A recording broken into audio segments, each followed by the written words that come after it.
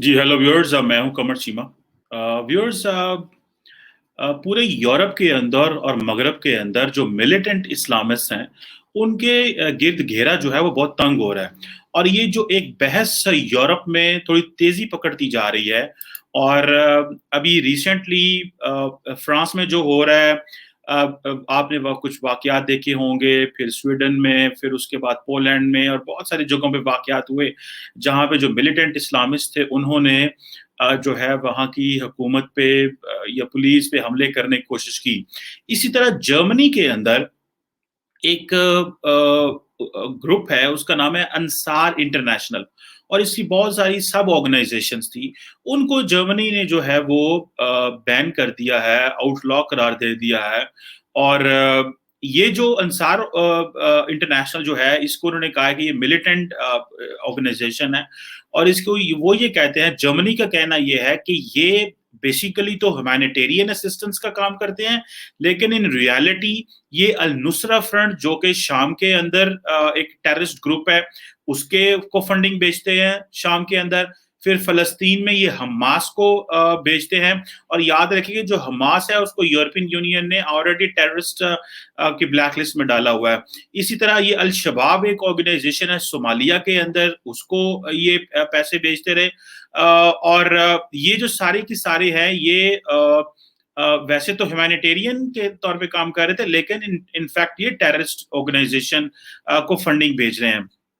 और देखना यह है कि मुसलमान जो ग्रुप्स हैं, जो इस्लामिस्ट हैं, दो तरह के इस्लामिस्ट होते हैं व्यूअर्स, जिनको हमें समझने की जरूरत है।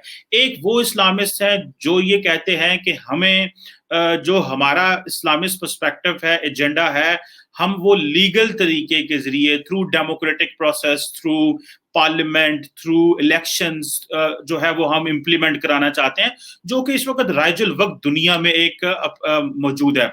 दूसरा वो ये है कि वो ग्रुप है जो समझता है कि नहीं, हमें गन पकड़ के जिहाद करना है, मारना है, और रियासत के जो ऑपरेटर्स है ये उसको बाईपास करना है और अपनी एक इन्फ्लुएंस को एस्टैब्लिश करना है। अब देखिए, यूरोप के अंदर ये सारी चीजें हमें पता चल रहा है कि हो रही हैं। और यूरोप जो है उसके ऊपर एक टफ लाइन अभी ले रहा है।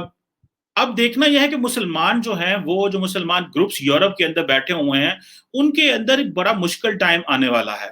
और होता यह है कि बहुत सारे जो आम सिविल होते हैं, मुसलमान होते हैं, वो जिस तरह अंसार इंटरनेशनल को पैसे देंगे कि ये ह्यूमैनिटेरियन असिस्टेंस करेंगे, ये रोजे खिलवाने में मदद करेंगे, ये जनाब किसी को घर लेने में मदद करेंगे, ये किसी को किसी और तरीके में मदद करेंगे।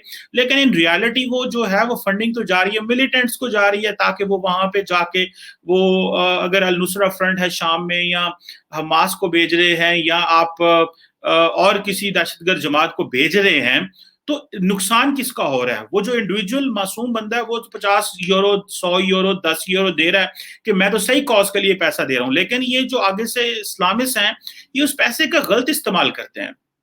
और जब गलत इस्तेमाल करते हैं तो उसका नुकसान, जारी बात है, वो जो चैरिटी है उसको होता है। जो जो एक आम मुसलमान तो देता है अपनी जिंदगी बेहतर करने के लिए, या सदका खैरात, या इस जो हमारे कॉन्सेप्ट है उसमें देता है। सो ये जो सारा का सारा अपरेटस है, इसको रिविजिट करना पड़ेगा।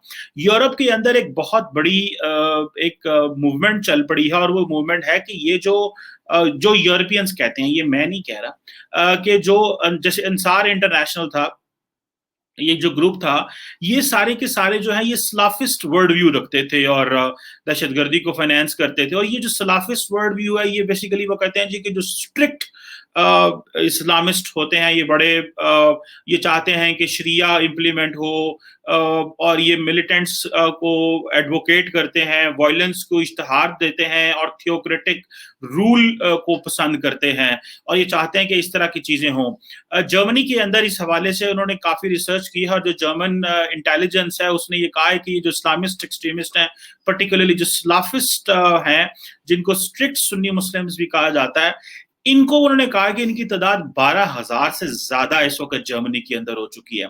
सो प्रॉब्लम यह है कि वो एज ए होल जब इस ग्रुप को देखेंगे तो वो उसको देखते हैं कि ये, वो समझते हैं कि ये जो 12 के 12,000 लोग हैं, ये हमारी सोसाइटी के अंदर तो एब्जॉर्ब हो चुके हैं, لیکن یہ ہمارے سسٹم کے خلاف، ہماری حکومت کے خلاف اور ہمارے لا کے خلاف اور ہمارا جو سوشل کانٹریکٹ ہے یہ اس کے خلاف سارے کام کر رہے ہیں.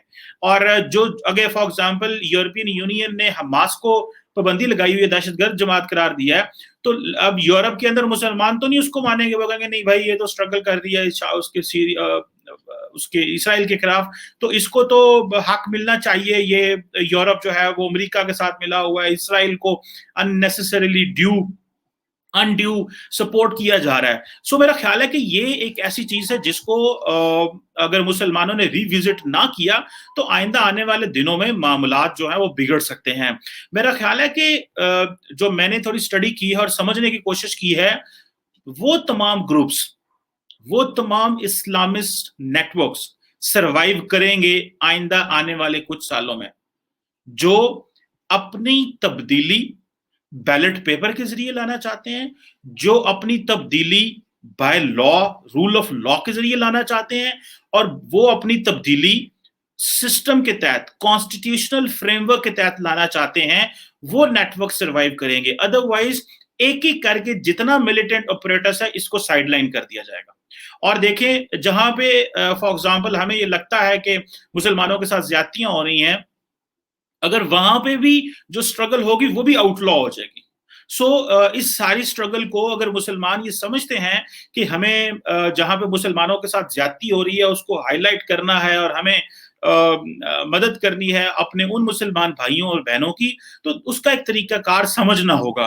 اس کا طریقہ کار وہ ہے جو اس وقت دنیا میں امپلیمنٹ ہے، اور وہ ہے جسے مغرب جو ہے وہ انسٹیٹیوشنل ہیجمنی رکھتا ہے. انسٹیٹیوشنل ہیجمنی سے مراد یہ ہوتا ہے کہ آپ اداروں کے ذریعے اپنا انفلوئنس اور اپنی پاور کو ایکسرسائز کرتے ہیں. سو آپ کے پاس کوئی اس کے علاوہ چارہ کار نہیں ہے کہ آپ اس کے پیرالل انسٹیٹیوشن کھڑے کریں، اور وہ جو پیرالل انسٹیٹیوشن ہے اس میں اتنی طاقت ہونی چاہیے کہ وہ جو ایگزسٹنگ انسٹیٹیوشن ہے اس کا مقابلہ کرے. میں آپ کو اس کی چھوٹی سی مثال دے دیتا ہوں. آپ نے دیکھا ہو کہ انٹرنیشنل جو ویسٹ ہے اس نے IMF, World Bank, Asian Development Bank جیسے بینکس کھڑے کیے. کیوں؟ تاکہ جو گلوبل فائنینشیل اپریٹس ہے وہ ہمارے کنٹرول میں رہے. کس کو قرضہ دینا ہے، کس کی ریٹنگ کہاں جانی ہے، کس کی اکانومی ٹھیک ہے، کس کو کیسے کرنا ہے، وہ اس کو کنٹرول کریں گے. اچھا، اس کے بدلے چائنا نے سمجھا کہ چائنا، میں یہ مثال اس لیے دے رہا ہوں تاکہ سمجھ آ سکے کہ دنیا میں اگر ترقی کرنی ہے تو وہ کس طرح کرنی ہے. چائنا نے کیا کیا؟ چائنا نے بہت سارے ملکوں کے ساتھ مل کے ایک اور بینک کھولا جس کا نام رکھا ہے ایشین انفراسٹرکچر انویسٹمنٹ بینک. اب یہ جو بینک ہے یہ بھی آئی ایم ایف کی طرح یا ورلڈ بینک کی طرح لون بھی دے گا، ہیلپ آؤٹ بھی کرے گا، جس کا صدر مقام تو چین میں ہے لیکن اس کا آئی تھنک جو پہلا پریزیڈنٹ ہے وہ بھارت سے ہے. سو یہ جو ایشین انفراسٹرکچر انویسٹمنٹ بینک ہے اس کا بھی یہی کام ہے جو باقی بینکس کا کام ہے. سو آپ نے کیا کیا کہ آپ نے جو آلریڈی ایگزسٹنگ انسٹیٹیوشنل اپریٹس تھا اس کے مقابلے میں ایک اور ادارہ لا کے کھڑا کر دیا. سو جو بہت سارے لوگ IMF, World Bank پہ پیسہ لینے جائیں گے وہ آہستہ آہستہ چائنیز اور جو انڈین اور جو باقی ممالک نے یہ جو بینک کھولا ہے وہ اس کی طرف آنا شروع ہو جائیں گے، اور دنیا کہیں گے نہیں جی ہمارے پاس اب آلٹرنیٹ ہے. سو آپ نے جب تبدیلی لانی ہوتی ہے تو تبدیلی سسٹم کے اندر رہ کے آتی ہے، کسی بھی حکومت کے اندر جا کے جو تبدیلی آتی ہے.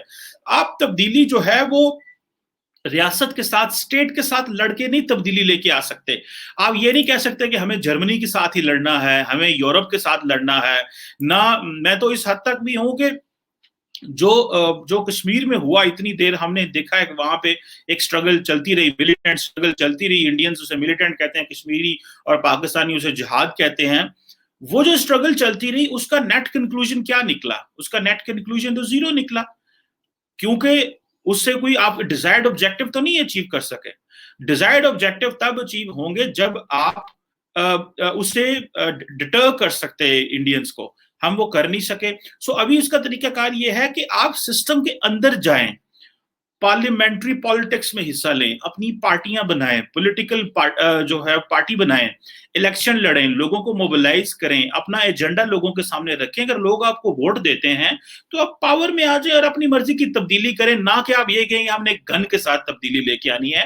یہ تبدیلی لانے کا طریقہ نہیں ہے. اور جو یورپ کے اندر مسلمانوں کے ساتھ ہونے والا ہے، اگر مسلمانوں نے اس کو ریڈ نہ کیا، مسلمانوں نے اس کو اپنی جو لوگوں کو تربیت نہ دی تو मुझे ऐसे लग रहा है कि आइंदा आने वाले कुछ अरसे में जो मुसलमान वहाँ पे हैं, उनको शायद निकाल भी दिया जाए।